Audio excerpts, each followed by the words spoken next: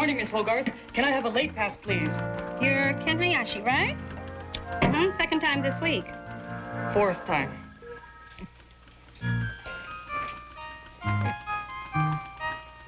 Can I have a late pass? Well, I'm looking for it. Wait, here they are. There you are. Thanks. This is a hall pass. Oh. Can I just have a note? Oh, but yes, if I could find my pencil, I'll write you a note. And the populist movement became important in the late 19th century with small farmers and businessmen taking on what they saw as a rip-off by the big companies. Well, the same thing is happening today in the consumer market, with Nader, Bansoff, and others taking on the so-called establishment. Mr. Dixon, it's an extremely difficult task, historically speaking, to buck City Hall. And you don't think that's changing? They want you to think it's changing. If you hang in there, you can get some response. Because today, consumer has a better chance than he's ever had before. No way, Mr. Dixon. You shove at the establishment, it just lets you shove. It wears you down, then it wipes you out. Be more specific. Have you been wiped out? I got a new motorcycle. Since I got it, I've never walked so much in my life. You gotta see him to believe it, Mr. Dixon. Crazy leg Hayashi. What's the hang-up with your bike? It conks out all the time. What about your guarantee? The day after it expired, they told me it was a major overhaul. $170. Why don't we all go out and take a look at that bike, Mr. Dixon, since it's what we're talking about? You wouldn't be trying to hustle me to cut class short, would you? For 10 minutes. 15, maybe, but not 10. Hey!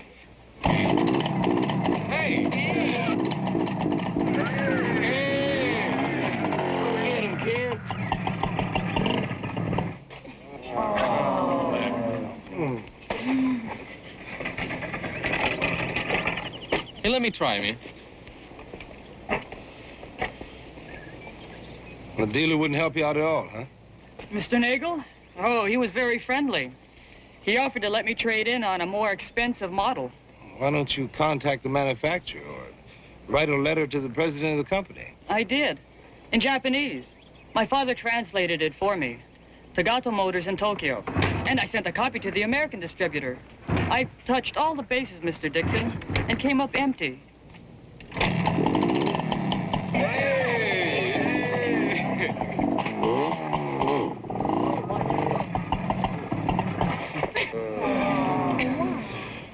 Well, any ideas, group? A class project. What you think, Mr. Dixon? I think a class project might be very interesting.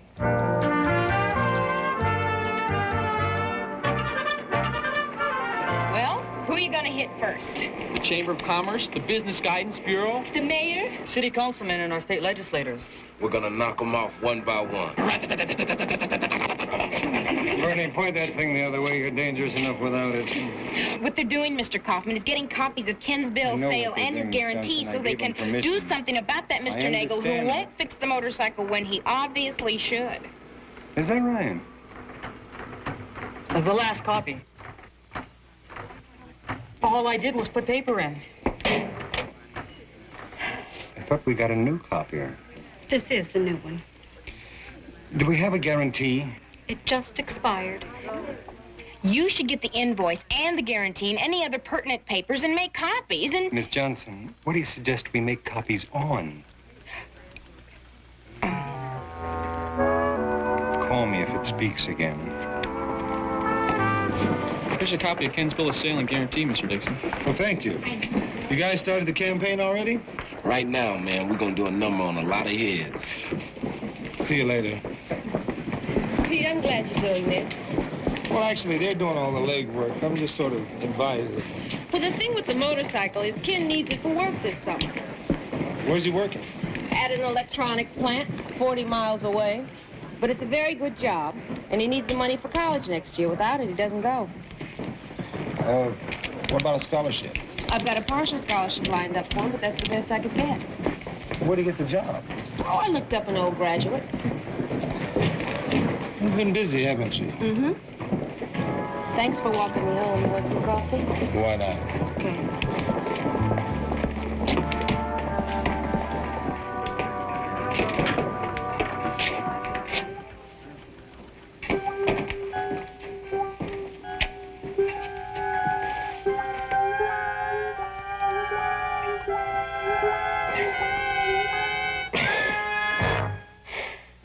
Isometrics. 45 seconds a day. Change your life in 4 days. Does that mean I have to get a new tennis partner? No, I tried it long enough. It's not for me. How long you been doing it? 45 seconds. Listen, the reason I called you in, I wanted to ask you about Ken Hayashi and your consumer project. Kids are really digging in. So I gathered. I just got a call from John Kirk, our state assemblyman. Why, was he complaining? Oh, no. He was lauding the democratic process, and incidentally himself. You know, I have never liked that guy. I could be wrong. He is on a panel the kids got together along with some people from the Business Guidance Bureau and the city's consumer's office. Oh, that sounds good. Look, if they're doing it good with the motorcycle, see what they can do about our copy machine.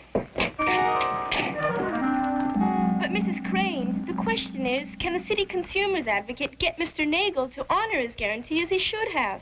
Yeah, I'll give Ken his bread back. He ain't rolling, man. What? He ain't rolling. Oh, yes, I see what you mean. Well, as I've said, our very small staff is very concerned in this area, especially in effectuating compliance. But I believe that Mr. Caruso would have some input here. Oh, yes, I do. The Business Guidance Bureau has sent a strong letter of inquiry to Mr. Nagel and a copy to the manufacturer suggesting that if the facts are as you state, Mr. Nagel might very well reconsider his position. Or he might not. Oh, well, there's always that possibility. But you must remember he has to operate in a business-like manner or he won't be in business long. Now, I believe you said he did offer to repair the motorcycle at cost. $170. It might as well be $1,700. It's a rip-off. Well, from your point of view. But we haven't heard from his point of view yet. And when are we going to get that? I've written to Mr. Nagel inviting him to attend an informal inquiry meeting. And if he don't come? Well, I could always write again. Mr. Kirk, very seriously, what can you do about the situation? First of all, I'd like to thank everyone for inviting me here today. I can offer you, all of you, an opportunity to contact your Retail Affairs Committee, of which I happen to be vice chairman. And they'll straighten Mr. Nagel out? More than that, we're aiming for legislation to guarantee that dealers' guarantees will guarantee. Oh, what do we do? You write, and you ask to be put on the agenda for the committee's next public hearing. When is that? In September. And that testimony will be carefully considered in the committee study session. When is that? In November. And that session should produce a bill, which will go to the Rules Committee for floor action in January. What's January? Next January. Now, of course, there's always the possibility of a delay there, but with a little push, and I'd be happy to do some pushing, we can get that bill on the floor by March, say, or April at the latest. Then after the floor debate, it'll come up for a vote. Mr. Kirk, I need wheels now, not in 2 years. Eventually, things do get done, but in the meantime, we must make haste slowly. We just have to learn to be patient. Seems like I heard that before. Somewhere. Hi, Pete. Hi, how you doing? Pretty good. Where's your lunch? I'm not eating lunch. I noticed a few badly placed bulges in the mirror this morning. Oh. Well, you know, I saw Ken Hayashi earlier. He's pretty discouraged. I don't blame him. Nagel never answered anybody's letters yet. I really thought something more would come out of that meeting. I did too. I think what you're going to do is marvelous. You do? Sure, I hate to see anybody getting away with what that Nagel's getting away with. Well, I had an idea this morning, and I mentioned it to Alice. I thought since Ken's father doesn't speak much English, you should go down and talk to that Nagel character yourself. And when, might I ask, did you intend to suggest that I do that? After we drove up to the place? We? Hey, going together, that's even better. You can give them both barrels. Oh, hi there. I'm Bud Nagel. Glad to meet you folks. Pete Dixon. Mr. Dixon, a pleasure. Mrs. Dixon? And speaking of pleasure, why don't you just take a little look at some of the greatest open sesames to fun known to mankind. Well, what can I show you? How about this one right here? It's a dandy little machine. Do you have a guarantee on all of your motorcycles? Pete, you don't mind if I call you Pete? Nagel Motors has what we call our beryllium alloy pledge, twice the strength of steel. Short of an accident or driver-caused damage, you are fully covered for a full 30 days. Muffler, battery, hand grips, mirror, wheels, and spokes. Well, you just name it, you're covered. Engine. Engine? We're from Walt Whitman High, Mr. Nagel. We're Ken Hayashi's teachers. Pete, that's kind of sneaky, but that's okay. You're worried about the boy. Now, I like that. Well, Ken bought a bike from you. It doesn't work, and I don't like that. Well, now, I don't know what you folks have been told, but come on over here. Let's look at the facts. It's Hayashi, right? Oh, here it is, yeah. Oh, Hayashi, that kid bought a 350cc Tagato. Oh, yes, I remember. And I do remember him well because he picked it out himself, he looked it over, he test drove it. He was very happy. He was happy because he didn't know what was wrong with it. I don't either, ma'am. He came back here with a fouled-up engine and a sad story. Mr. Nagel, Ken Hayashi is a very hard-working kid and completely honest. And you trust him. Now, that's fine, Pete. I like that. And I wish that I could say the same thing. But after all, I'm in business. I've got responsibilities. I've got a payroll to meet, taxes to pay, that incidentally do support your school. So you see, I have got to operate in a business-like manner. Mr. Nagel, it might be good business for you to honor the guarantee all the way. Okay, I'll tell you what I do. I'll make you a deal. Now, I really shouldn't, but, well, you're nice folks. We'll repair his engine at cost. Mr. Nagel, I think you already offered Ken that deal. I did? Well, then, now, that just goes to show you I'm consistent. Now, I can't be any fairer than that, can I, Pete? Look, you say hello to Ken for me and tell him what I said, and as long as you're here, why don't you look around? You might see something you like. Excuse me. Hi there. I'm Bud Nagel. In about 2 seconds, you're going to see a man run over by his own motorcycle.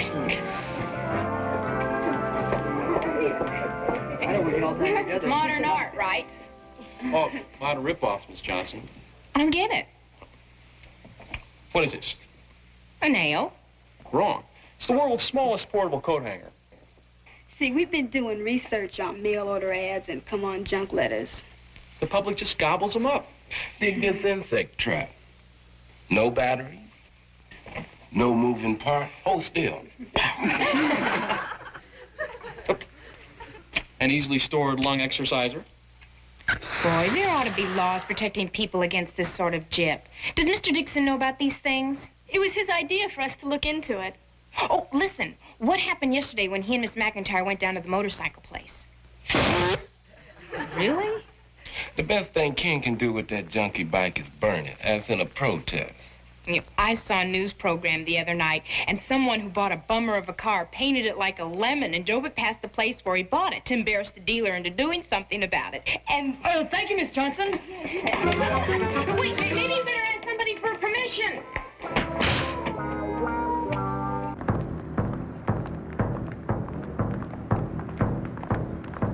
To know a few simple words of mine spoken without even thinking started the whole ball rolling. You know, I wasn't even going to look at the news that night. Just think of all the nights you never watched the news and all that hasn't happened as a result. From now on, I'm going to watch it every night. Mr. Blord, do you have a son or a daughter in school? The name doesn't quite connect. I'm Bud Nagel's attorney. I see. What can I do for you? It's nothing serious, Mr. Kaufman. I'm not looking for any trouble. I'm a pacifist. That's nice. Let's settle whatever it is on that basis. Have a seat? Thank you. It's just that a few of your kids have been picketing Nagel Motors, and we'd like you to pull them off. You'd like me to what? Or else we'll have to get a restraining order. Maybe file an action against each of the kids, their parents, you, and the school board, of course. It's a lot of filing. Assuming, of course, that it is illegal to stage a peaceful protest, which I wouldn't bet on, how do you figure to involve the school? Ah, but they were taught populism and consumerism by a Mr. Dixon. He's a teacher of yours. I know him well. I wouldn't be surprised if those signs and the decorations on the bike weren't done on school premises. Do I have the right to make one phone call to my attorney? Mr. Nagel has a right to run his business without harassment. So I'm just asking you to have a word with your kids. Mm-hmm. You forgot to say or else. I never waste an or else. Mr. Blord, why don't we both just say goodbye? It's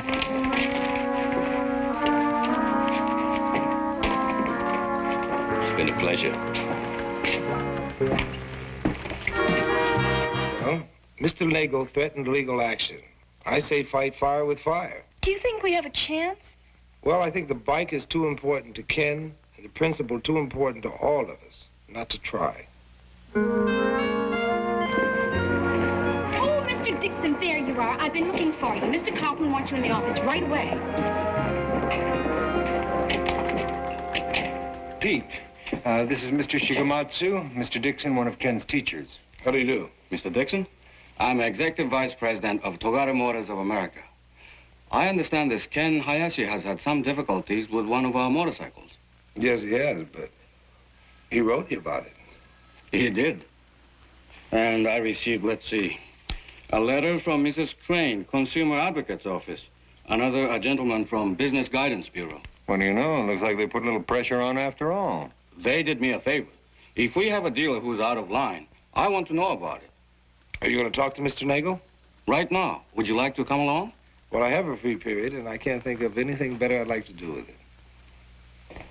Look, Mr. Hayashi, I don't know what your son has told you, but I've had it. I'm afraid I don't understand, Mr. Nagel. Bud Nagel, like a nice guy. But frankly, I am losing my patience in this matter. But, Mr. Nagel, I've looked over the cycle that Ken bought here, and I think its engine may have been defective. Well, sure, because he ran it into a tree or something. I don't think so. You don't think so? Look, Hayashi, this is my business. I mean, I'm an expert, and I don't think you're in any position to make a judgment like that. But assuming the possibility of a defect, certainly your guarantee should cover it. Our guarantee speaks for itself, sir. Yes, I've read it. And if you don't mind my saying so, it consists mostly of loopholes. I darn well do mind your saying so. Look, Hayashi, I'll make it simple. Your boy is a troublemaker, and so are you. Now, are you going to leave here quietly? Or do I invoke my legal rights and bounce you out of here? No, I wouldn't dream of making trouble. Good. But tell me, Mr. Nagel, why do you keep calling me Hayashi? That's your name, isn't it? Not quite. As a matter of fact, not even close.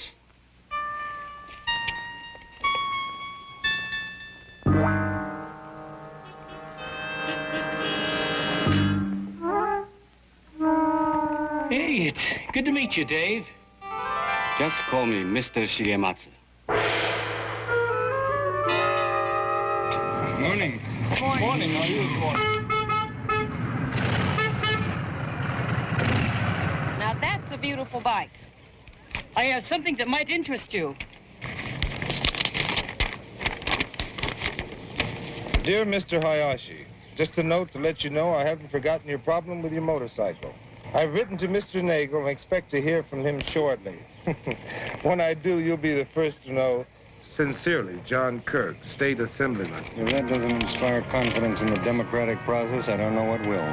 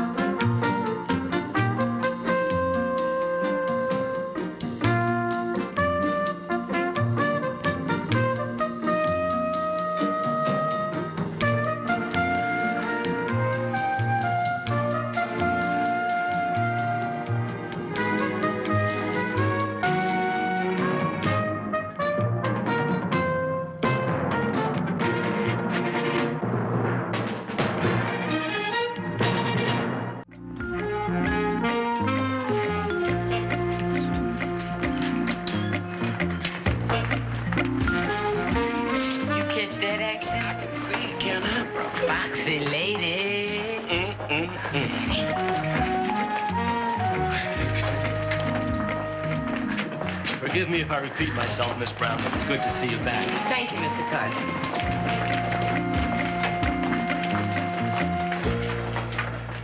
Pete, I just have to disagree with you.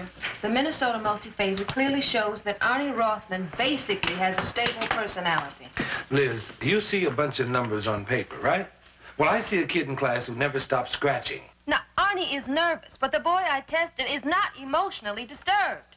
The boy in my class is. Well, the boy and me would like his breakfast, so if you two don't mind, I will now put in my 2 cents. That's why we're here. Now, I've gone over his records. I agree with you.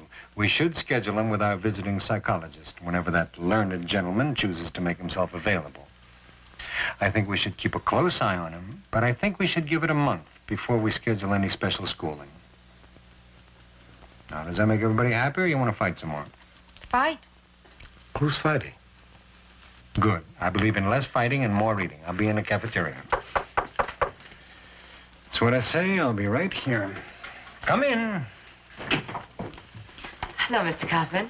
Am I disturbing you? No, not a bit. But come in, Miss Brown. You look great. Thank you. You're just in time to meet your department head, Pete Dixon. Diana Brown. How do you do? Hello, Miss Mr. Dixon. McIntyre, Diana Brown. Hi, how are you? Well, I just dropped by to say hello. Good. See you later. Welcome back. Welcome back, Miss Brown. You know something? That young woman was one of the most exciting teachers we ever had in this school. Why'd she leave? The usual, to get married, of course.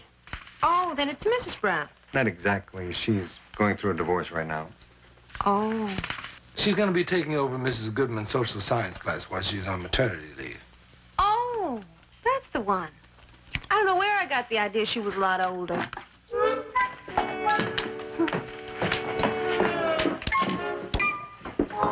So we see that organized labor faced stiff opposition in its early efforts to win reform.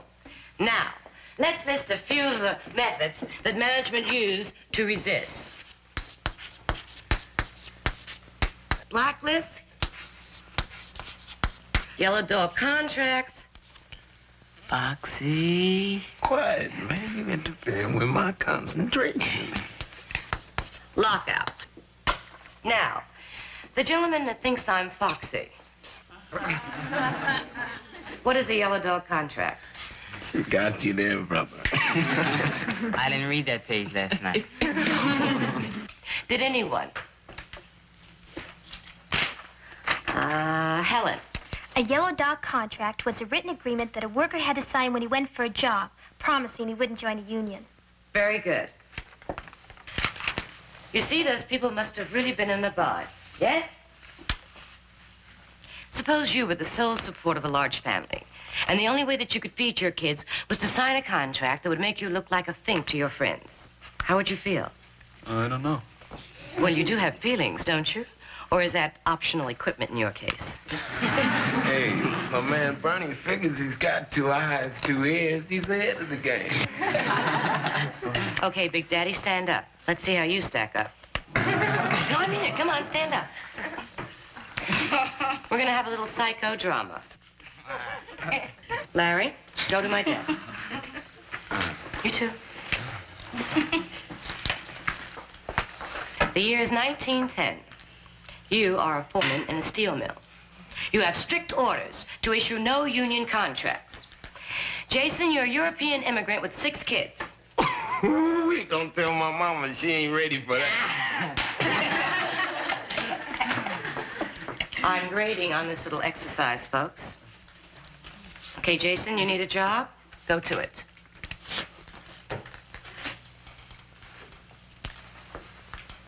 What do you want me to do?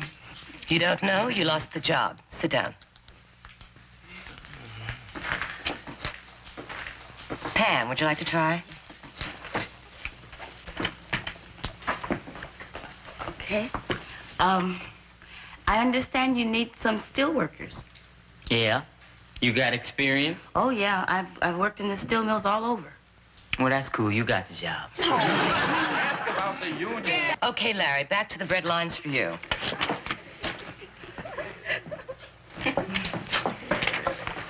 What's your name? Arnie Rothman. It's funny. According to my seating chart, you're Sylvia Bernstein. Sylvia moved. Oh, excuse me, Sylvia moved. Would you like to be foreman? Helen?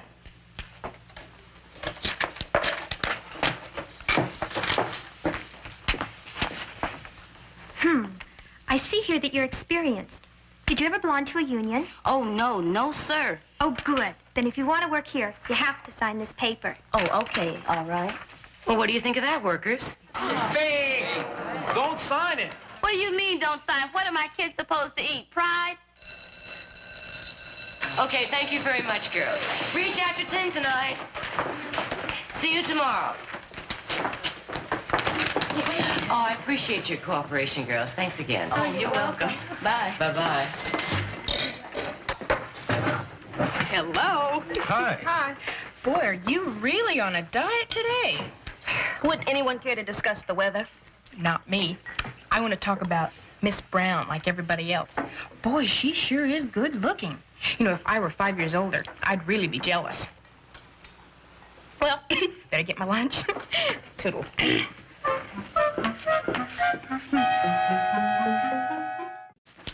Helen, near perfect as usual.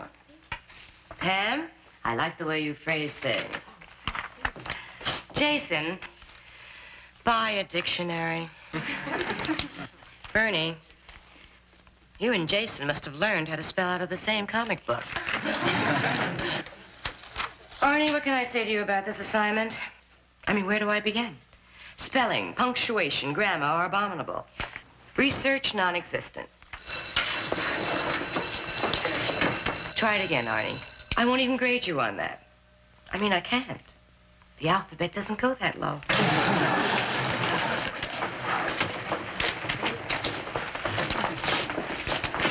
Okay, for the next 4 weeks, we're going to be discussing some contemporary American problems.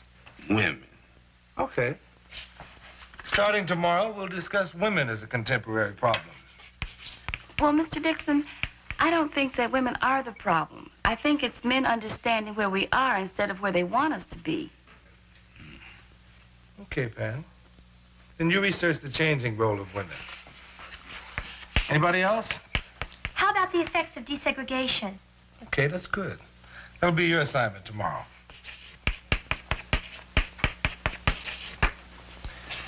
Well, anybody else? Seem to be having a ladies' day here today. Bernie, nothing from you? Arnie? Okay, see what you can come up with tomorrow. Jason, can I see you a minute? Yeah.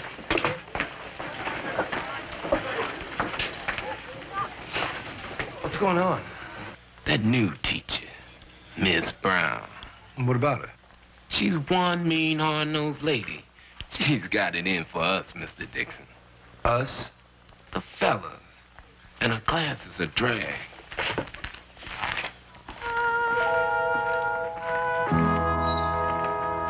I don't know how or why, but she's demoralizing the boys. Pete, that just doesn't sound like Diana. Are you sure it's her fault? I haven't seen it for myself. But she teaches the class before mine, and the boys are coming in like a bunch of whipped puppies. Look, Pete, you know, I suspect Diana's been through a pretty rough time. I understand that divorce of hers was pretty messy.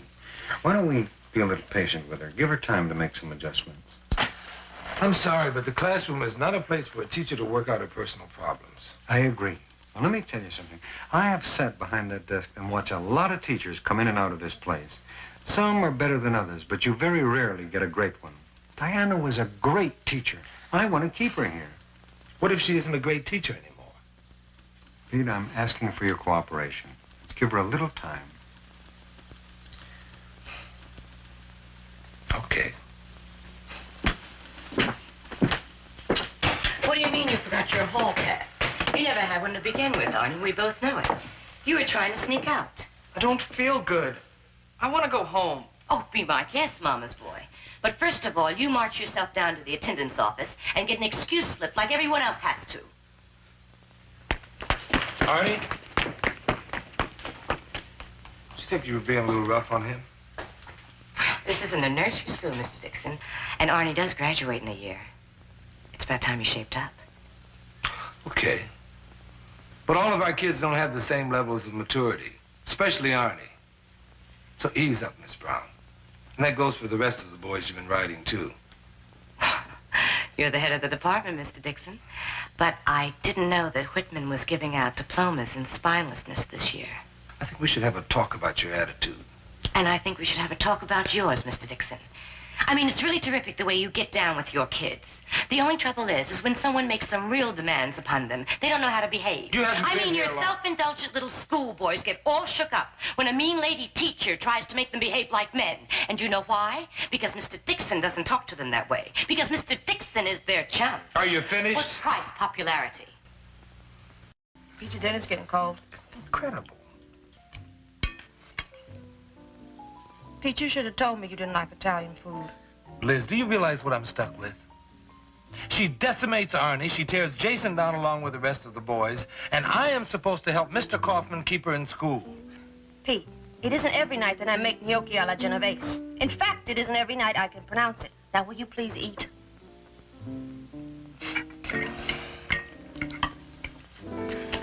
Good? Mr. Kaufman? Pete, I'm on to something. Yeah, me too. How much time do you plan on giving Miss Brown? Before what? Before you or I deal with her behavior. Good morning, Mr. Kaufman. Good morning, Miss Brown. Pete, about what we were just saying, there's no time like the present. I will not believe that two good people cannot work out their problems. Folks, I have to run along. Have a good day. Okay. I have it coming. Yell back at me. I don't intend to yell. I do want to tell you something. I have a feeling that some doctor told you that by going back to work, it would be good therapy for you. Well, it might be good for you, but it is a disaster for everyone else you come in contact with. I was prepared for yelling. I didn't know we were getting into karate. You are destroying the morale of my boys. And in the case of Arnie Rothman, you might be doing some very serious damage. Now, maybe you got so burned by one man that you decided to take revenge on the rest. Okay, that's your problem. Except now the targets aren't men, they're boys. And they shouldn't have to deal with your hang-up. Knock it off, Miss Brown. You don't have a thing about shoes, and I need your opinion.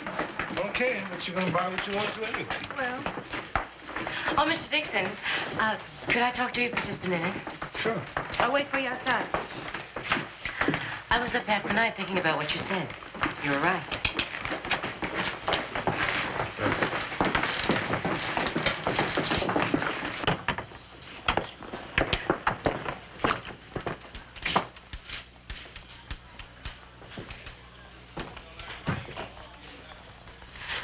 You know, you really blew my mind yesterday.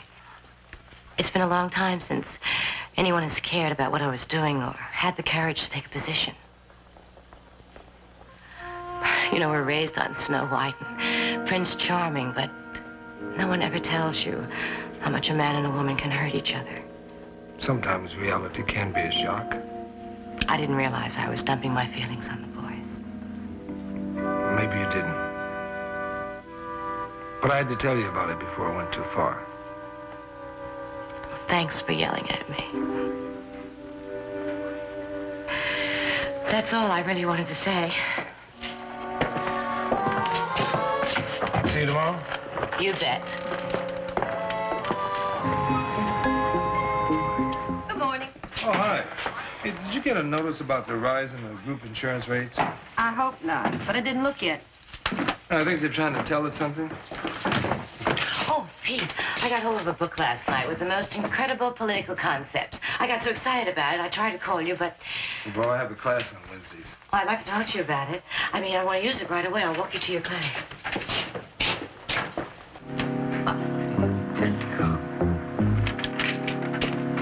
Arnie, my boy, I begin to see a glimmer of hope. This paper was done by a student that cares. Who do you get to do it for him? We'll get to your problem in a minute, Bernie. Hi. Oh, I called you last night. you did? Liz. What's wrong? Nothing. I mean, I don't care if half the school thinks there's something going on between you and Diana Brown. I know better. Well, if you know better, then why the freeze? And if I'm uncomfortable because of the way it looks to other people, I guess that's just my problem, huh? Well, it's your problem. It's mine, too.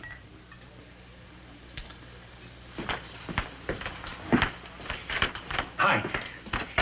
What? One of these days, you're going to qualify for the magician's logo. I don't know what you said to Diana Brown, but whatever it was perfect. Jason's walking around the hall smiling from wrist to wrist, and that boy, what's his name, Arnie Rothman, he's hardly scratching at all anymore. It's fantastic. I told you, it'd just be a matter of time before you two were good friends. Diana was always one of the most loving people you ever want to meet.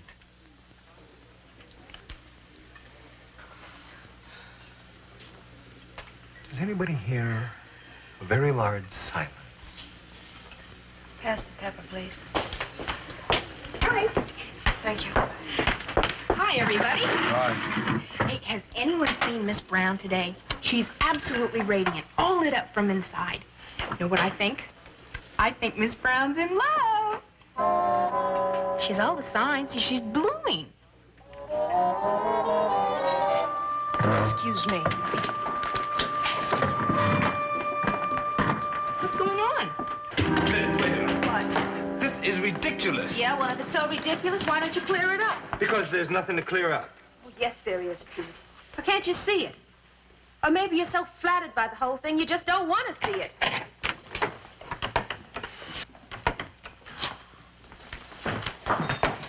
Oh, Pete, listen, friend, you're pretty good in the truth department. Would you shine a little light on me? If I can. Do you think I'm in love with you? No.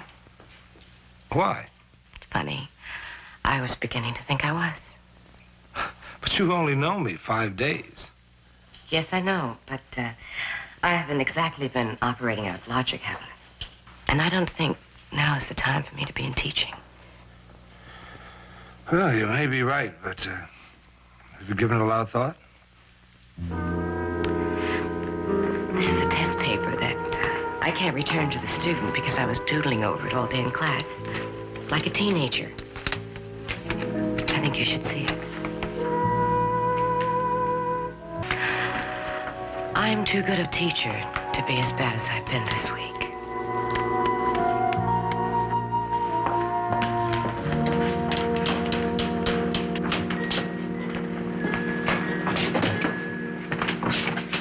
Diane, you're very sure about this?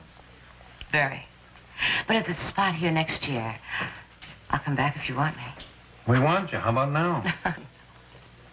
Well, good luck, Ms. Brown. Thank you.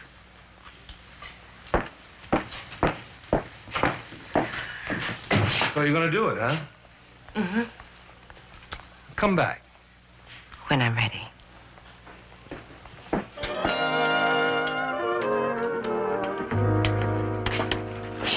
You were right. About what?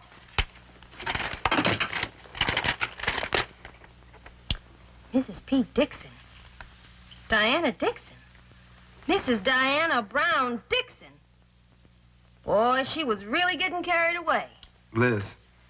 I mean, of all the nerve. And in just 1 week. Liz.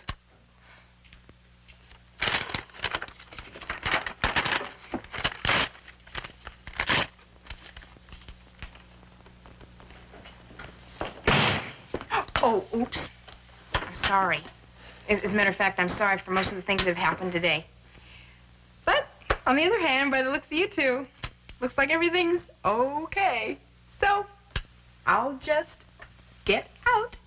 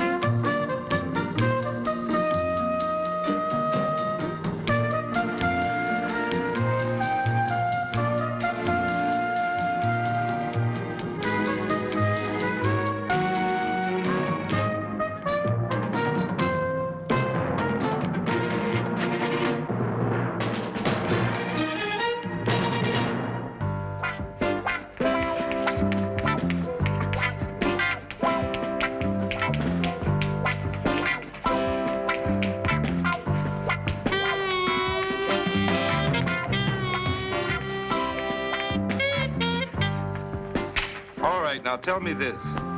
We talked about the anti-settlement law earlier in the term when we were into the Texas Revolution. Does that relate to what we're talking about now? Yes, that's it exactly. The majority didn't agree with the rulers, and they were justified. Bernie, what do you think? Oh, I think I don't remember what the anti-settlement law was. Larry. It was a law disputed in 1830 when the Mexican government tried to stop more settlement, and the Texans wouldn't stop. Led to a whole lot of fighting. Did they have the right to refuse? After all, it was a law. Yeah, that's right. It was a law. Well, so what? It was a bad law. Oh, so you think if a law is bad, you can disobey it, huh? Right. Hey, man, wake up. Mr. Dixon? Charlie. They didn't think, they knew. The Texans proved it. Sure did. They won the revolution, didn't they? You're a little late, aren't you, Jason? That's what I kept telling Mr. Casey, but he didn't pay no attention. Well, if he had to go to the vice principal's office, must have been some reason. Yeah, he thought it was one. Okay, where were we? Deep in the heart of Texas. Oh, Pam, you said that the early settlers proved that it was a bad law by winning. Does that mean that if they had lost, it would have been a good law? Oh, thank you. Charlie, Mr. Casey wants to see you. Right now? That's what it says. Larry, you had your hand up?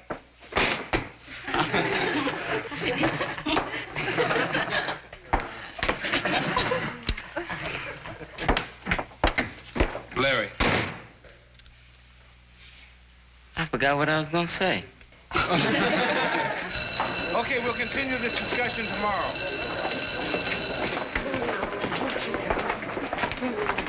I'm sorry I was late today, Mr. Dixon. Well, I have to admit you did spend a long time at Mr. Casey's office. Can I help? Yeah, you can help me catch a fiend. Somebody told Casey I was in a chemistry lab making perfume. Now I got 2 weeks detention. Perfume in the chem lab? Yes, it's this little chick, you know, and I've been making perfume for her, and it was a little accident. Little accident? It wasn't much of an explosion, and I cleaned it all up. But I didn't think anybody was around. But somebody told Casey. Maybe Casey saw it happen. No, it wasn't no one there. There's so much thinking going on in this school, man. You gotta wait in line for Casey to get at you. The traffic in and out of his office is rather brisk. Brisk ain't the word for it. It's congested. And when I find out who's responsible for this, I'm gonna pop some think upside his head. Suppose you hit the wrong guy by mistake. Jason, you may find out that revenge is not as sweet as you think it is. Take it easy, okay?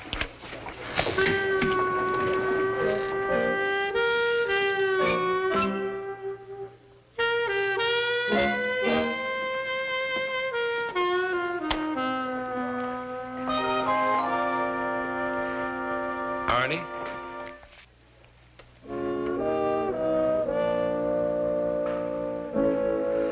I'm sorry, Mr. Dixon. What's the matter? Well, I'm working nights. See, I got into some trouble and I'm trying to make it up. What kind of trouble? Well, I had to finish my biology project and I'm trying to do a real good job. So I borrowed a microscope from the lab. Oh, boy. I was gonna bring it right back. It was stolen from my car. Well, I got a job right away. And only one more week and I'll have all the money to pay it back. Has anybody missed it yet? No. It's kept in a special case. Only advanced students are allowed to use it. Please don't tell Mr. Casey. I've got a scholarship hanging on my grades, Mr. Dixon. I know.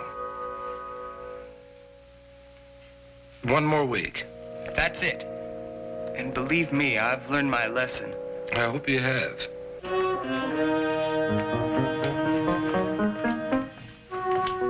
Now, you said you saw the suspect hanging around the hall outside the chemistry lab at the time in question, right?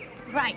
But I was at the end of the hall. Nevertheless, you said he was a male Caucasian about the age of 16, right? Right. And he was wearing a red shirt. Hey, Bernie got a red shirt. Well, so do you, man. Well, I ain't no male Caucasian, brother, or haven't you noticed? Some people will use anything for an alibi. Oh, it wasn't Bernie. This boy had hair like... hair. So what have I got? Never mind, man. We got business to take care of. Hey, everybody, got it all ready? ready. What's that in the bag? Got 5 noses, 3 eyes, 6 hairdos, and 2 mouths. What about the ears? Oh, I knew I forgot something. Never mind. Hey, dig. Now, this is what is called our dinner kit. All we do is put the spare parts together till we make up Helen's suspect. Okay, here's copies of our guide. Find them. Poor guy. Find them. Okay. Find them.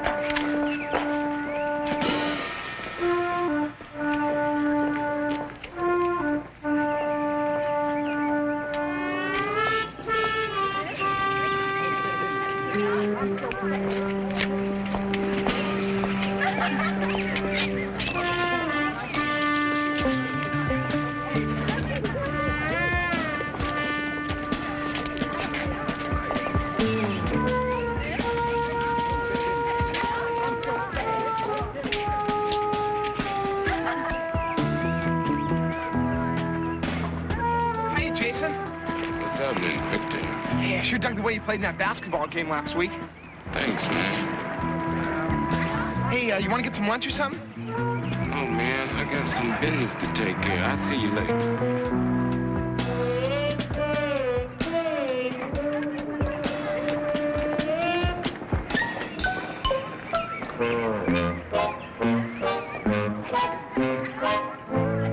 Hey, Arnie. Yeah, that was a great report you did in Miss Johnson's class. Oh, yeah? Thanks. Hey, I was just gonna get some ice cream. Do you want some?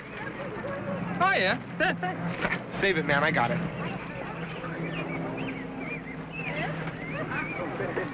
Casey, Mr. Walker. Hey?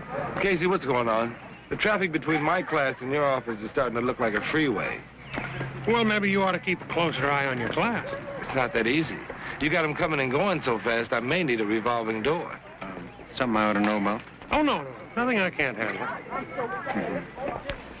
Pete, let's have lunch. I can't. I got something to do. I'll see you later. Okay, but I do want to see your first free period, okay? Okay. Excuse me. Arnie? I want to see you. Casey is strict, yes. Hard-nosed, okay. But I don't know about unfair, Alice. Well, he's unfair to me. Why? Because they're going to have the best disciplined bunch of failing students in this school. He keeps interrupting my classwork, pulling them out of class. Now that's unfair. Yeah. What's this?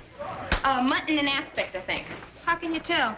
Liz McIntyre, some of this happens to be very good food. Yeah, well, which is and which ain't?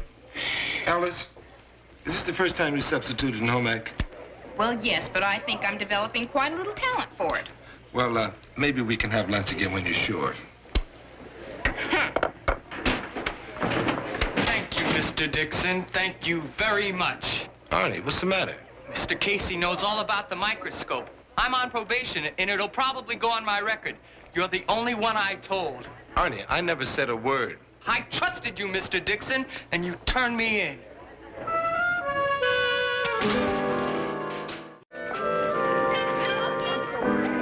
Pete? You just drove past your stop. Don't we have an appointment right now? Oh, yeah, I know, but I gotta go see Casey about something important. Can I meet with you later? You can meet with me later, but be a little gentle with him, will you, Pete? He's delicate. Don't worry. I only plan to ask him a few questions. I know about Arnie. Have you tried talking to the kid first? Yeah, but it didn't do any good. Now I want to find out from Casey where he's been getting his information. You think he's going to tell you? I don't know, but I'm sure going to try and find out. Pete, if Casey's out of line, that's my concern. I'll handle it. The trust of those kids is my concern. Pete, I'll handle it. Come on. Let's keep our appointment. Why do I get the feeling that you know everything that goes on in this school? Because I do. Man, if you knew what you was talking about, you wouldn't know what you was talking about. I'm telling you, everybody knows. And I'm telling you got the wrong cat. Mr. Dixon don't need to be sneaking around. No. Doesn't everyone say we don't trust anyone over 30? Well, he's a teacher over 30, isn't he? Oh, no, look, that might sound right, but I can't go for that. Here's Arnie. He'll tell you. Hey, these kids been spreading the word that Mr. Dixon turned you in. Tell him the truth, man. He did turn me in. Okay, break it up. Okay, everybody take a seat.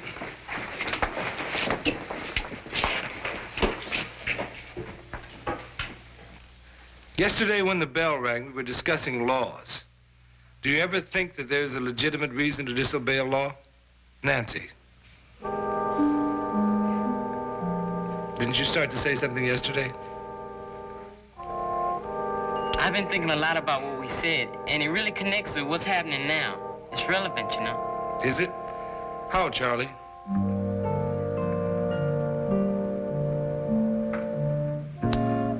Thanks, Jason, but I'd like to hear from someone else. John?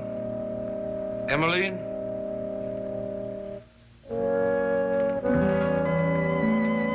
Arnie?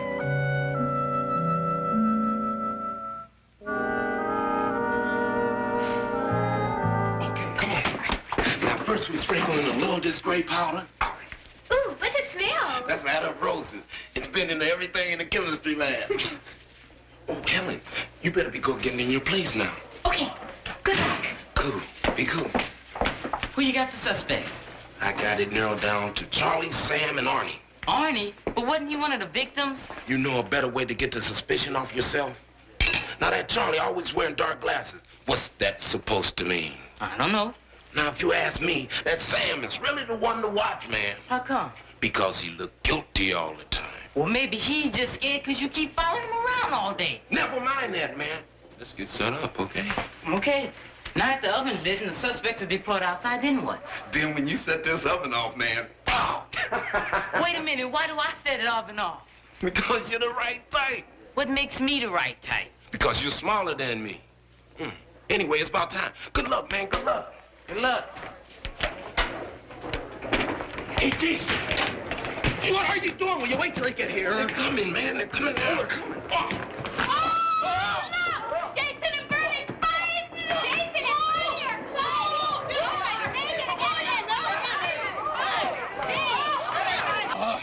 Bernie, you overdoing it. Who's overdoing it? You're killing me. Oh, look, it's Larry! Boy, is he gonna get in trouble. Let's get out of here. That was beautiful, man. I thought you said nothing would happen. Nothing did. The oven's fine. Well, my eyebrows aren't. They're gone. You're right, man. One of them made a beeline for Casey's office. Did you get there in time to see who it was? I sure did, and it wasn't one of your suspects. Hey, Victor. Oh, hi, Jason. Can I get you something? You already did, man. 2 weeks detention. What are you talking about? Oh, you know as well as I do, man, what I'm talking about. Don't. What's the matter with you? Don't jive, man. I want to know why. Jason, I'm sorry. Man, you some kind of a weird two-timing dude. Go around buying people everything you see in sight, letting your light shine all over the place. But the first chance you get, you break to the vice principal office, and you sell out. And I want to know why you do this, man. Well, Jason, see, I like you, and I wanted you to like me. Ever since I came to school, I've been trying to make friends, but it's hard for me. I'm just not like you. You still haven't answered my question, man. Why'd you think to Casey? Well, I got in trouble, just like you did. Casey said he'd let me off if I'd help him out. I didn't want to do it. He made me do it, Jason. He hired me.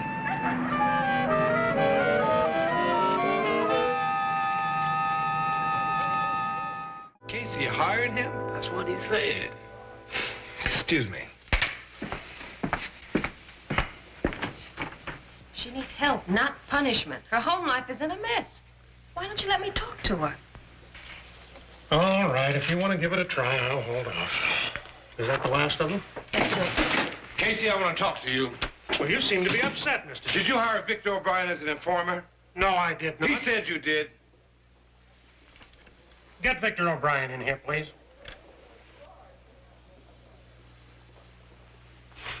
Well, you went for it again, didn't you, Dixon? These kids can tell you anything, you'll believe it. You didn't answer my question. Have you been using him as an informer? In a manner of speaking, yes. But I never hired anyone. When a boy comes to me with information, if it'll help keep order in this school, I use it. You may keep order, but what about his character and self-esteem? You don't sit in this office, Pete. I've got a job to do and judgments to make. I got to worry about kids parking illegally and other kids pushing speed. No, I don't need or care for informers about parking. But if I can save a kid from an overdose of narcotics or a pregnant girl from committing suicide, I'll take that kind of information from anyone. Now, would you rather I didn't? I'd rather you found another way. Like what? I don't know, but there's got to be some kind of way to be able to... Come in.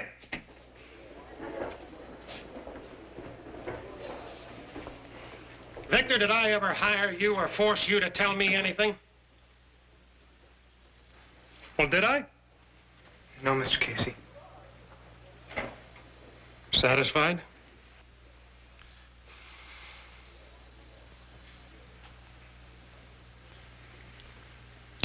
All right, Victor, you can go now.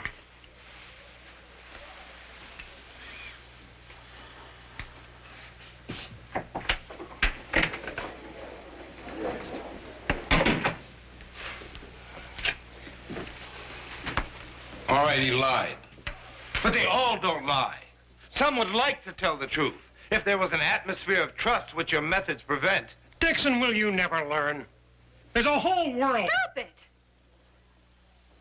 Look, neither of you is going to be convinced. If a life's at stake, sure, you have to do anything to save it. But at the same time, you can't go around turning students against each other.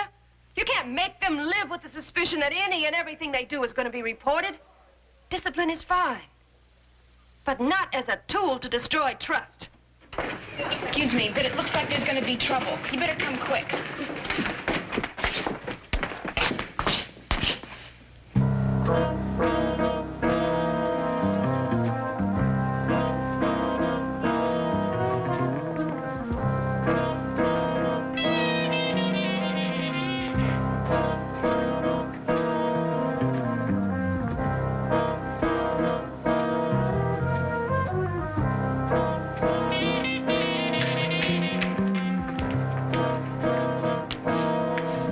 So what's it gonna be?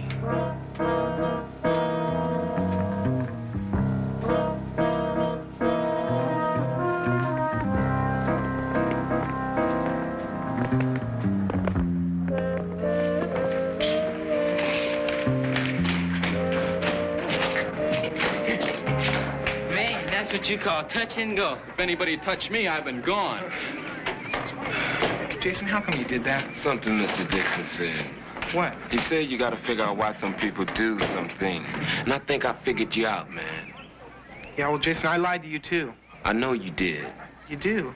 Well, how? I got you all figured out in my head. Yeah, then why wouldn't... To make me feel good, man. See, I'm the cat that really figured out it was you. And I don't want to be responsible for you getting leaned on when I'm not around to watch out for you. Don't know what to say.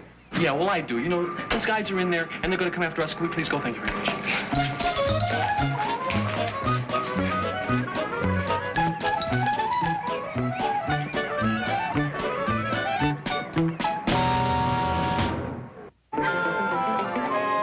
Long day, huh? Mr. Dixon, I just paid off the microscope, $72.90. I'm still on probation, but it's not going on my record.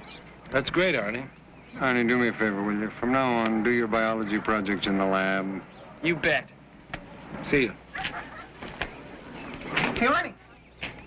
Yeah? Hey, I just wanted to tell you that, I'm sorry for what I did. If there was any way I could make it up to you, I would. Okay, forget it. Hey, you want to go get something to eat? Come on, I'll buy. That is, do you want to go get a pizza with me? Yeah, I'm kind of hungry myself. You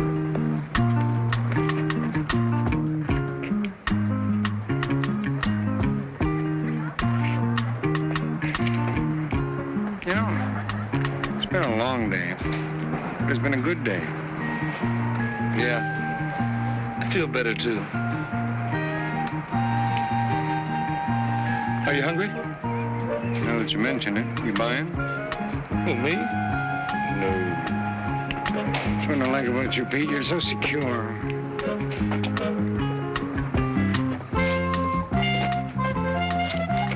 See ya, Harry.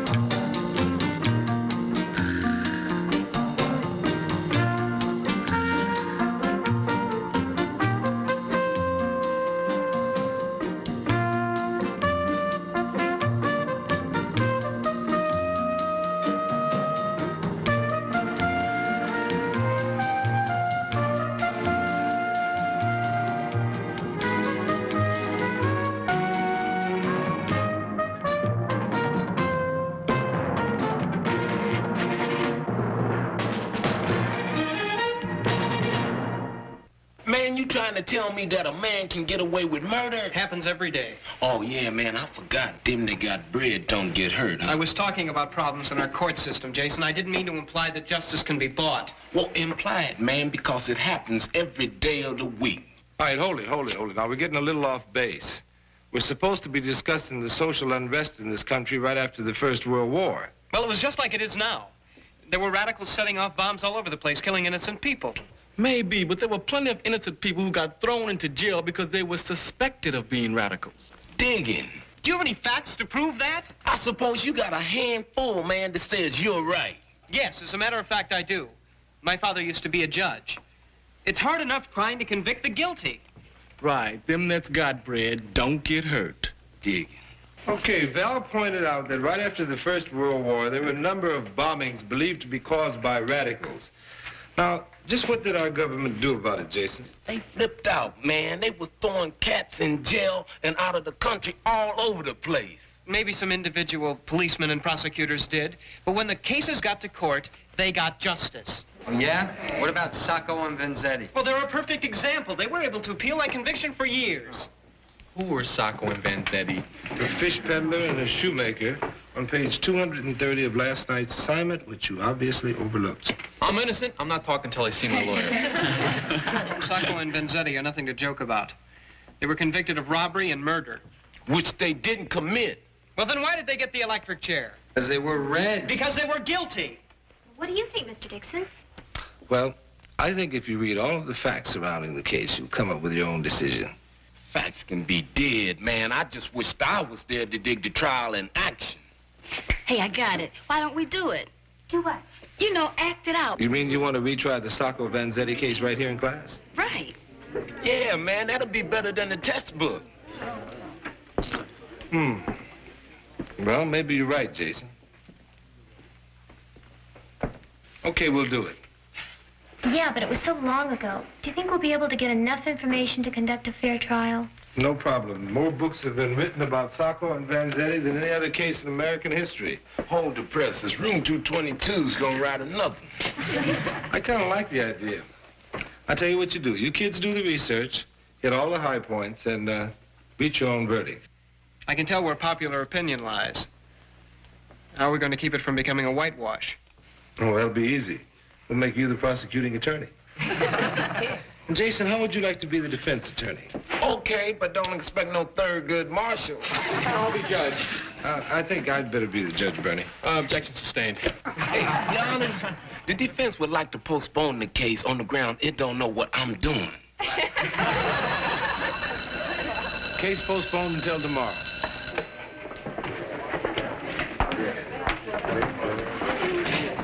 I'm sorry I didn't have time to talk to you this morning.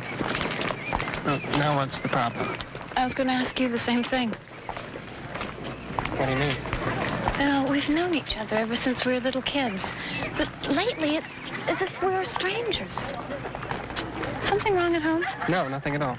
Oh, stop it, Val. Our folks have been friends for 20 years. I hear my mom and dad whispering. There seems to be some kind of big trouble up at your place, but you just don't trust me enough to talk about it. How come you didn't go to the Honor Society meeting last week? I was busy. Your grades have dropped. You're not eligible this semester. Why won't you admit anything? Why won't you mind your own business? Because I thought what happened to you was my business. And it's making me sick. Val, you're so busy pulling the wool over your own eyes that you're going blind. Oh, knock it off, Sherry. People are looking. Right, Val. Don't let anyone ever see you looking bad. The only 3 applications he's made are to Yale, Princeton, and Harvard. Well, when he aims high. Yeah, and unrealistically. Val's grades are not what they used to be, Pete. Have you noticed? Yeah. In my class, he's dropped down from an A to a B, but that's no reason to panic. What about in your class, Alice? He's doing B work. Mm-hmm. And for Yale, Princeton, and Harvard, B work is not good enough. Who's the Ivy League hopeful? Val Silverton. And I wish I could convince him to try somewhere else. I thought all this preoccupation with status schools was passé. Why didn't he drop out, get a van, and see Europe like the rest of the kids? It wouldn't work for Commissioner Silverton, son. That boy is forthright, upright, and uptight. I sure hate to see a kid put himself in a pressure cooker like that. Tell me this. Do you wear glasses? Glasses? No, I don't wear glasses. Is there anything wrong with your eyesight at all? No, I see just fine. Good, very good. Have you ever seen this man before? Yes, I've seen him. Are you absolutely sure? Yes, I'm sure. Jason, you get your chance to cross-examine the witness. I just want to point out the lies as they're being told. Oh, Jason, are you calling me a lie? Not you, Pam, but the chick you pretended to be, she wasn't no George Washington. Mr. Sacco, why did you slink off to Mexico when other men your age were going off to war? Your Honor, I object to the word slink. It's influencing the jury in a bad way. I agree with you, Jason, but the original trial judge allowed that line of questioning. So will I. Would you please answer the question, Mr. Sacco?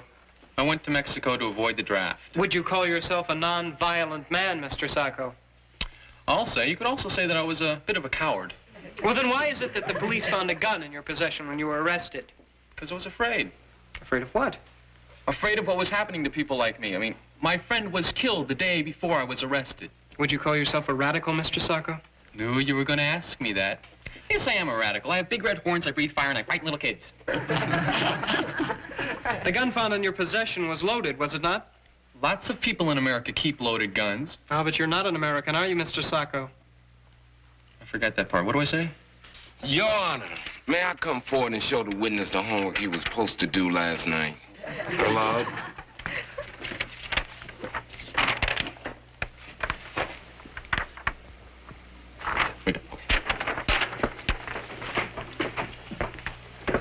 No, I'm not an American, but I love this country. If you love it so much, why did you never bother to apply for citizenship? Your Honor, I object. I don't see what all this has got to do with whether or not my client shot them two dudes. It's a good point, Jason. A lot of people felt that way and condemned the original judge for allowing that line of question. So what? I'm condemning. Are you allowing? No, the idea of this exercise is to learn from the facts. Proceed. Mr. Sacco, is it or is it not true that on the night of April 15th, 1920, you attempted to rob a shoe factory? No, I wasn't there. Furthermore, is it not true that meeting with resistance, you cold-bloodedly and with malice aforethought took out your pistol and shot the guard and paymaster dead? No, I didn't do it. Witnesses have sworn they saw you. It wasn't me. It was some other guy who looks like me. Yes, of course.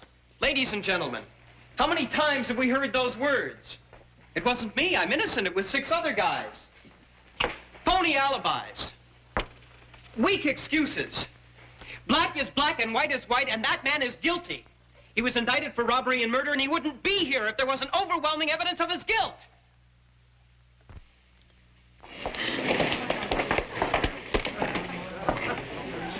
Hey, your boyfriend's something else, Sherry.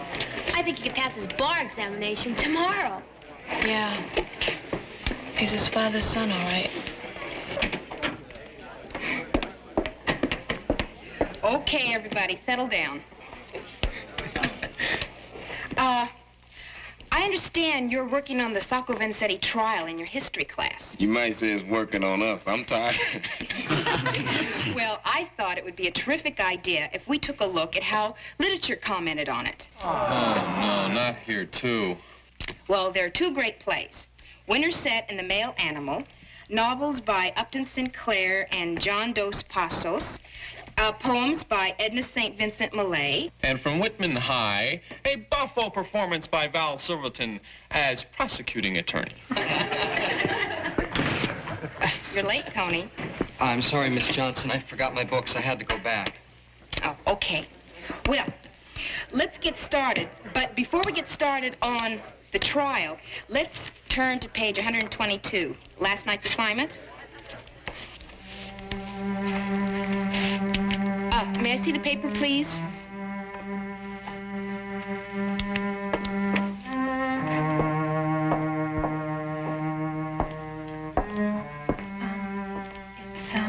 It's about Val's father, Miss Johnson.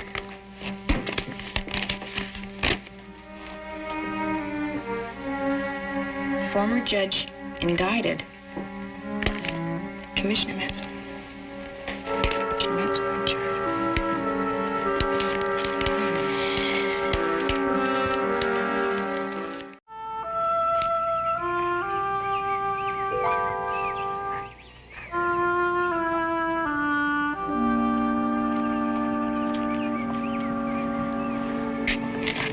Val. What is it? I'm sorry. Thank you. Hey, you want to cry or something? I wish you'd let go, Val. I won't tell anyone. Cry for that hypocrite, for that phony. Val. I hate him for this. I hate him for having made liars out of my mom and me. Val, he may be innocent. Yeah. Sherry, you said you heard your folks whispering at home. Well, I've heard things in my house, too. Hushed up phone calls, cars coming and going in the middle of the night. It's been coming on a long time. Don't you think you should at least give him a chance to explain? Explain what? Oh, he got careless and blew his cover? Look, Sherry, your folks have been friends with mine for a long, long time. You know what my father was really like. Oh, Val. We all had our roles and we played them. But nobody was supposed to know.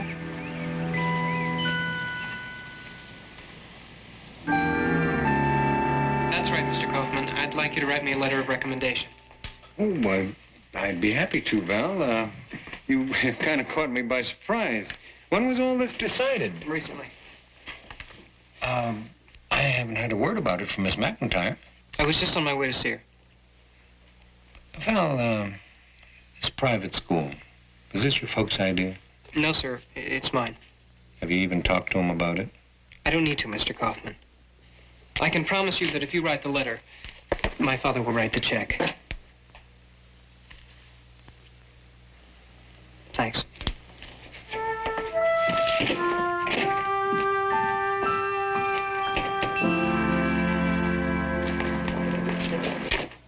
Hi. Am I interrupting something? No, Pete, come in. Val and I were just discussing his plans to transfer to a private school. Ooh. It's a pretty fast decision, isn't it, Val? Fast decisions are the mark of a successful man. My father taught me that, among other things. I heard the news. I'm sorry. Do you believe the charges? Doesn't matter. It doesn't? Not a bit. Val, are you saying you don't feel obliged to support your father, whether he's innocent or not? I've supported my father's phony image and stood by like his good, faithful little servant most of my life. But, tell me, Val, do you think that private school is far enough away? What do you mean? I mean, if you're going to run away and hide, why don't you do it right? You may bump into someone who knows your family there.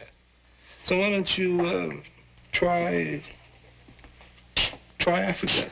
That's very funny, Mr. Dixon. I'm not trying to be funny, Val. I saw you do a brilliant job playing prosecutor in my class. You took facts and you built a case. And now it seems to me that you're building a case on a newspaper headline. I'm building a case on a life about which you know nothing, Mr. Dixon. You're right. I know nothing about your father's life. I have a sneaky suspicion you don't know everything about him. Val, you've already tried and convicted him. If everyone thought like you, we wouldn't need courts or lawyers. But we do need them to separate fact from emotion. I'm not emotional. You haven't shown your emotions until now, but you've been feeling them. Val, it's no disgrace. We all feel them. Val, emotions don't go away by you pretending they're not there. Yes. I see. Okay. Thank you. Val, Mr. Kaufman would like to see you.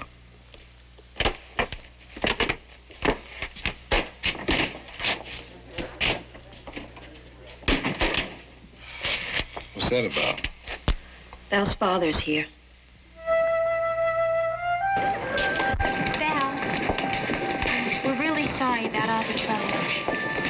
Thanks. Hang in there.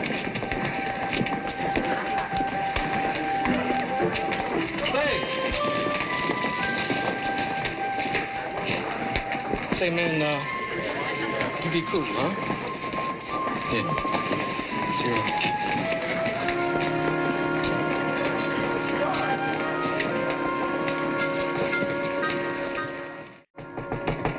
Come in. Hello, Val.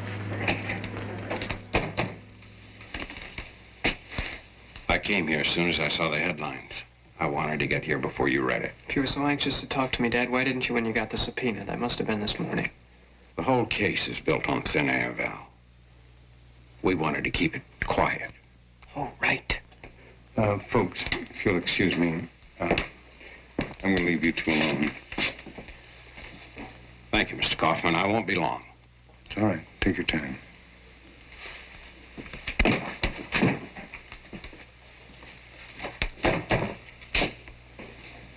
I'm innocent, Val. Oh, yeah? Why bother to tell me about it? You're my son. I care about you.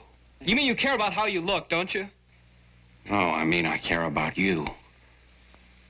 And yes, your opinion of me. I want to tell you something, Val. I've watched you looking at me and judging. And I saw the disapproval in your eyes when you found out that I wasn't perfect. Well, I'm going to tell you something now that I should have told you then. Nobody's perfect. Nobody. And the only thing I'm guilty of is not having set you straight on that a long time ago.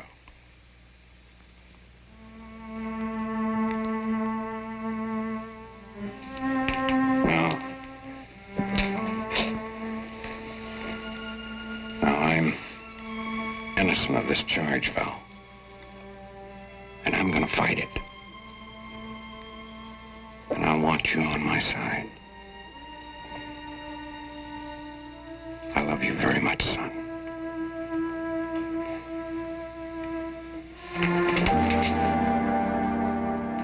So what are we gonna do if he doesn't show up? We win by default. Hold on, this is not a baseball game. I'm sorry I'm late. Here's my excuse. Thank you. Are you gonna continue the trial? Oh, yes, sir. Okay, jury in the jury box. Frank, I believe you were on the stand.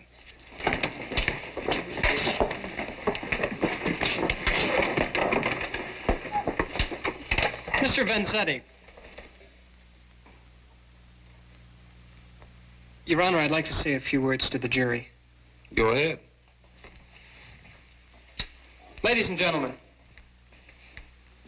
I'd like to caution you about prejudicial feelings. As you all know about my father, and some of you have spoken to me, and I really appreciate that. But I don't want your feeling sorry for me to influence your decision in this case. And just for the record, my father is completely innocent. Hey, man, I thought in this country, man, innocent people don't never get in trouble. Yeah, that's what I thought. But I was wrong. I was wrong about a lot of things. Hey, I'm a free man. Right. You gonna drop the charges? Well, absolutely not. Why not? Because I don't believe your story, Mr. Vanzetti. I'd like to question you about a few of your political associations of the past few years. Objection. To what? To the fact, quote, a government which has come to value its own secrets more than the lives of its citizens has become a tyranny, whether you call it a republic, a monarchy, or anything, unquote. Your Honor, would you please ask the defense attorney how that statement relates to anything that I'm talking about? Sure, you can ask him. Look, the fact is, man, my clients are being tried for making some uncool political move, not for doing what they're accused of doing. And it says so right here, man, and the defense attorney in here knows just where it was at. Mr. Prosecutor? That particular statement was made by the defense attorney in a motion for the new trial. Oh, phew, man, that Val knows everything. So, could I talk to my colleague and make sure that we clean up this hassle before we go on to the next one? Jason? Yeah, okay. But y'all had better dig this, man. All my objections are gonna be standing by ready, willing, and able. Objections noted. Carry on, gentlemen.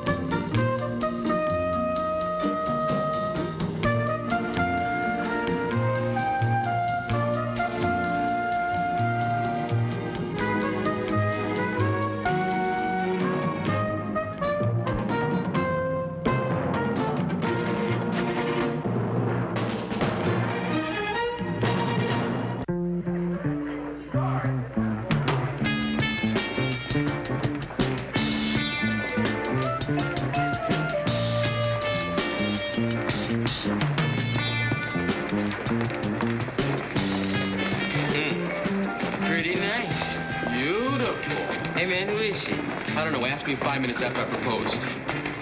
Andrea Martin, welcome to Whitman High. Let's see. You have homeroom with Mr. Dixon, English with Miss Johnson, science with Mr. Gerard. I don't see any basic biology here. I never had any. That's funny. You should have had it in one of the schools you've been to. I guess it wasn't meant to be. Either that or you left before they got to it. 23 schools means a lot of moving around. Daddy's a very important engineer. Arabia, Bolivia, Peru, Algeria. I envy you. That sounds very exciting. Why? You have your karma and I have mine. Right. Well, Andrea, you seem to have a fairly consistent C-plus average. But something tells me you can do better. Maybe we'll inspire you to try a little harder. Thank you, Miss McIntyre. But it all comes out the same in the end, doesn't it? Excusez. Who is that? Andrea Martin, new student. Exotic. Exotic's not the word. She is weird. Okay, what does that name bring to mind?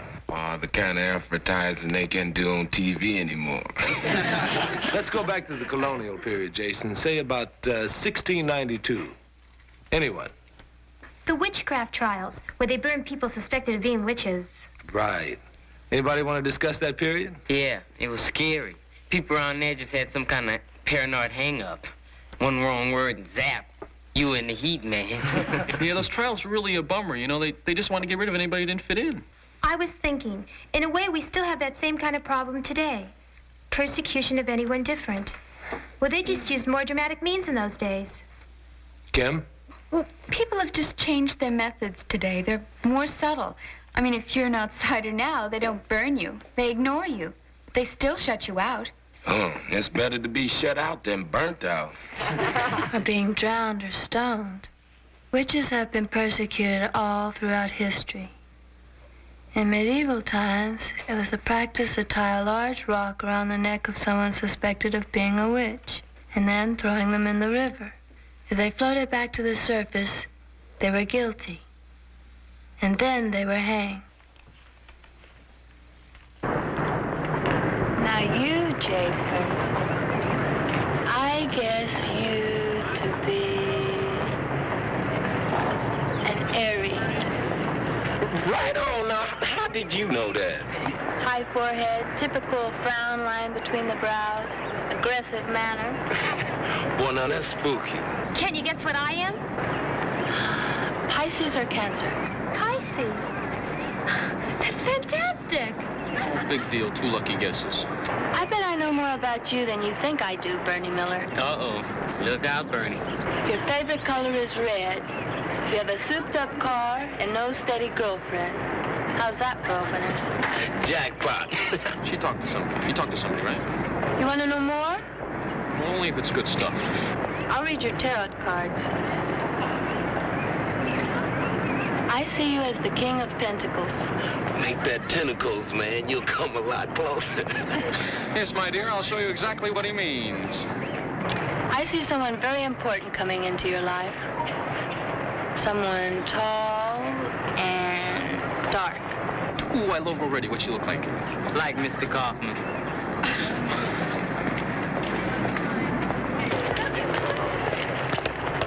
What do we got here? The Walt Whitman Gypsy Tea Room?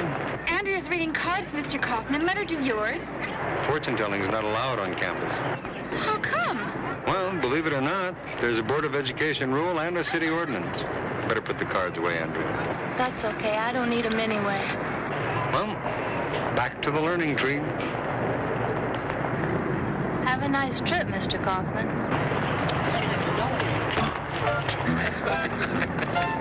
Talk about power of suggestion. I caught him. Yes, I held him. It may be imagined with what a passion, but at the end of a minute, I began to feel what it truly was that I held.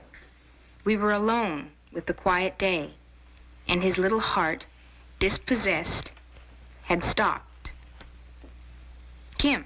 I don't get it, Miss Johnson. What happened to Miles? He died. I know. But why? Because Peter Quint was defeated by the governess. So he took his victim with him. Very good, Helen. Yes. Helen was close, but not quite to the point, Miss Johnson.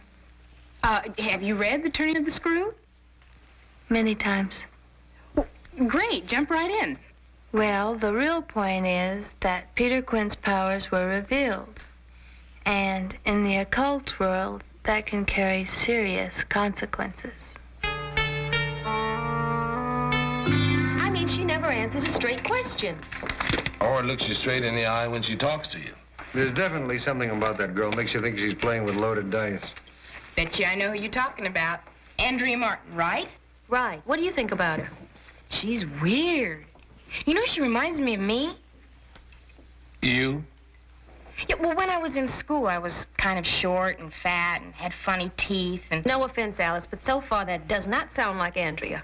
I know, but the point is that I didn't feel good about myself. I didn't know how to go about making friends, so I found a gimmick. I started being the clown, and I made everybody laugh, and, well, then everybody liked me. But the point is that Andrea's never been in one place long enough to make friends, right? That's right. So she found a gimmick. She plays the mysterious lady.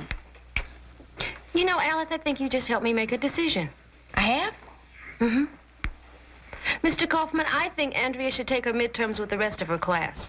Well, she's only been here a week. Do you think it's fair to put that kind of pressure on her so soon? Yes, I do. As a matter of fact, I think it might be unfair not to.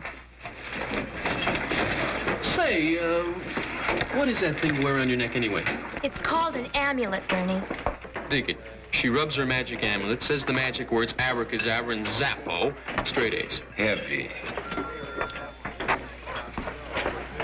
I want a witch just like the witch that went to Walt Whitman High. Why don't you just drop it?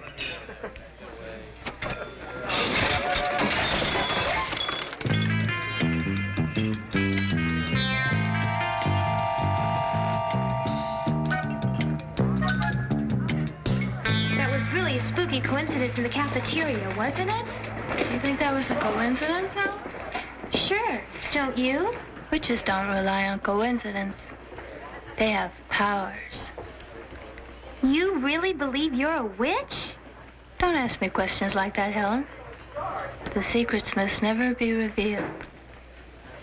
Well, listen, Andrea. I just wanted to say that, well, I know you're in a tough spot about midterms and everything. Kim and I have all the notes. We'd be glad to help you cram.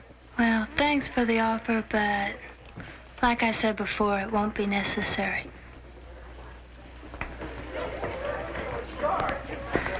Hey, Dad, what are you doing here? I have some great news, baby. I just couldn't wait to tell you. Oh, I hope it's a red.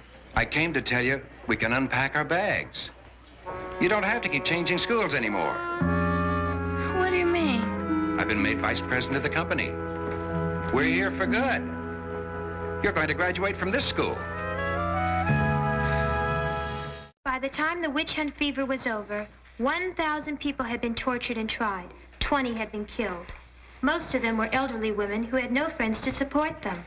Eventually, Judge Sewell, who presided at the trials, admitted his error, as did others who were responsible. But it was too late for the innocent victims. It's interesting to note that the word Salem means peace. Very good research, Ellen. I'd like to ask you a question. The witches, or those suspected of being witches, what was their behavior that led others to accuse them? I suppose some of them were a little bit crazy.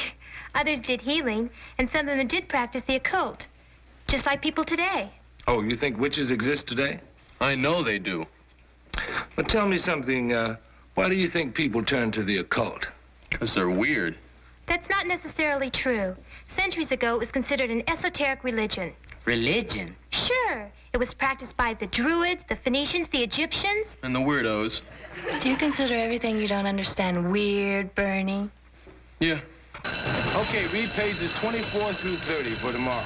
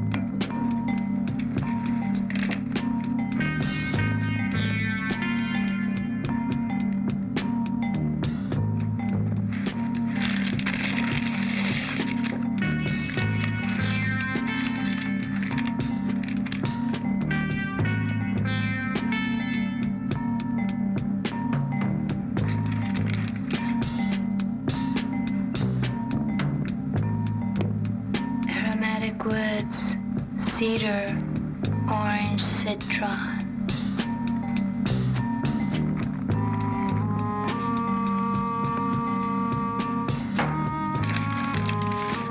Rose leaves dried in the sun. Balsam oil over all.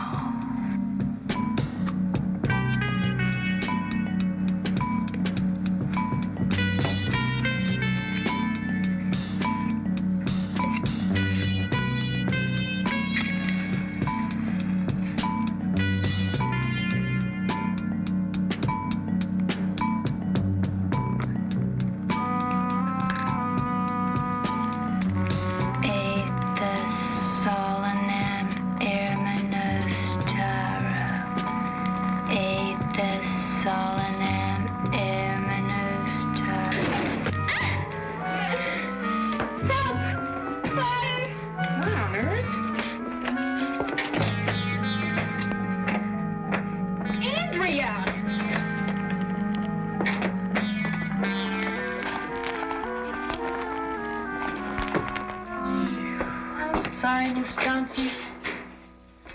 What were you doing? There was a spell from an ancient book of magic to make someone change his mind. Your father?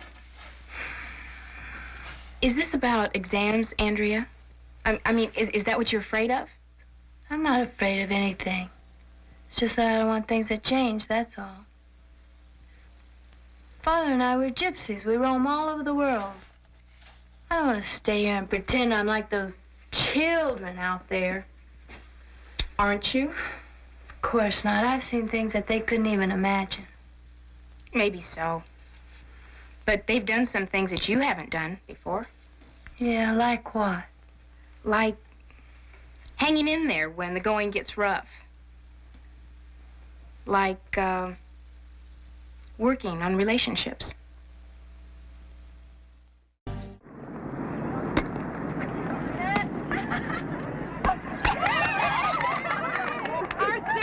Your turn, Andrea. Do you know how? I mean, did you play volleyball at your last school? Of course. Let's give it the old double whammy there, Witchy Poo. She must think all she has to do is pass her hand over the ball, and it's gonna fly by itself. And if it do, you'll be surprised, won't you? Why don't you guys go back to your own side of the field? My amulet! It's gone! Well, we'll help you find it, Andrea. Hey, everybody. Andrea lost her good luck charm. It's not a good luck charm. It's a magic amulet. I can't do anything without it. But you lost on the way to school? I don't know. I just don't know, but I have to have it. Why don't you girls go look inside the locker room? We'll cover out here. Come on. I have to have it. I have to have that amulet.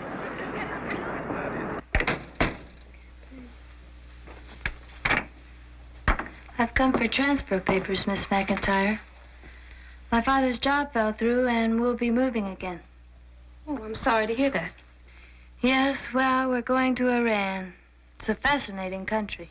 I can imagine it is. Could I have those papers, please? Certainly. I'll just fill them out and hand them in to the attendance office before I go. Okay. Thank you. How do you plan to do it, Andrea? Do what? Well, I guess you can pretend you're leaving for school in the morning, and you can go to the park, or you can go to the movies, or you can take a ride on a bus. But what happens when your father wants to see a report card? I mean, I really can't figure how you're going to do it. We are moving, Miss McIntyre. No, Andrea, no good. I heard about your amulet being lost, and I was expecting you. I hate this office. Let's take a walk.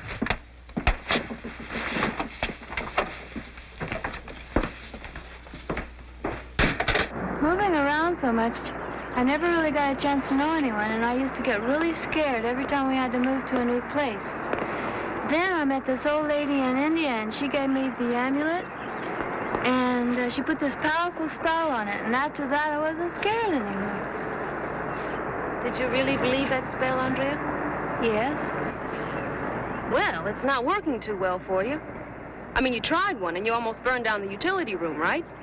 I don't know enough yet. Is that it? Or is it that you're caught in your own little trap? You know, you can experience magic without the mumbo-jumbo words and the props. I don't know what you mean.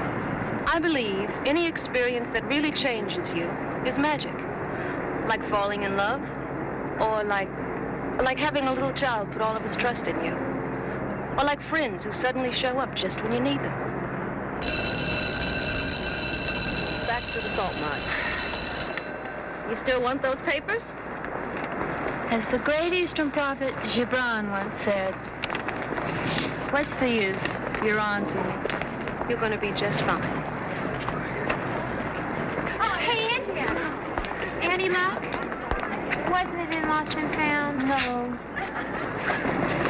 Hi. Oh. Don't look now, but, is that the witch of Whitman High laughing and scratching like an ordinary kid? Yes, it is. Helen, do you and Kim still want to help me cram for those midterms? Sure. Well, come on. We were just on our way to the library. Well, you two don't know anything about science. I better take over that department.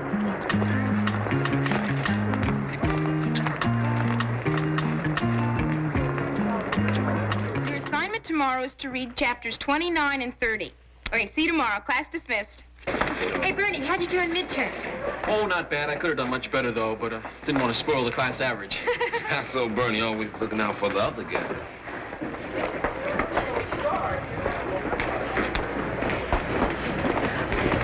Andrea, can I see you a minute? Yeah. I'll meet you at the lockers. Okay. Congratulations. You handed in the best written quiz I've seen all year. Nothing to it, just worked a plain old ordinary magic spell. Oh? Yeah, it's called 4 Years of Reading Turn of the Screw from Cover to Cover. That should do it. How about your other subjects? How are they coming along? Not bad, not bad. Was there anything else you want to speak to me about, Miss Johnson? Yes, come on. I think this belongs to you. My amulet. Oh, wow, you don't know how much this means to me. Where'd you find it? Under your desk. Oh, wow. Now everything's going to be just perfect. When did you find it under my desk? The day of the finals. So that's why I did so good on the tests. It was under my desk all the time.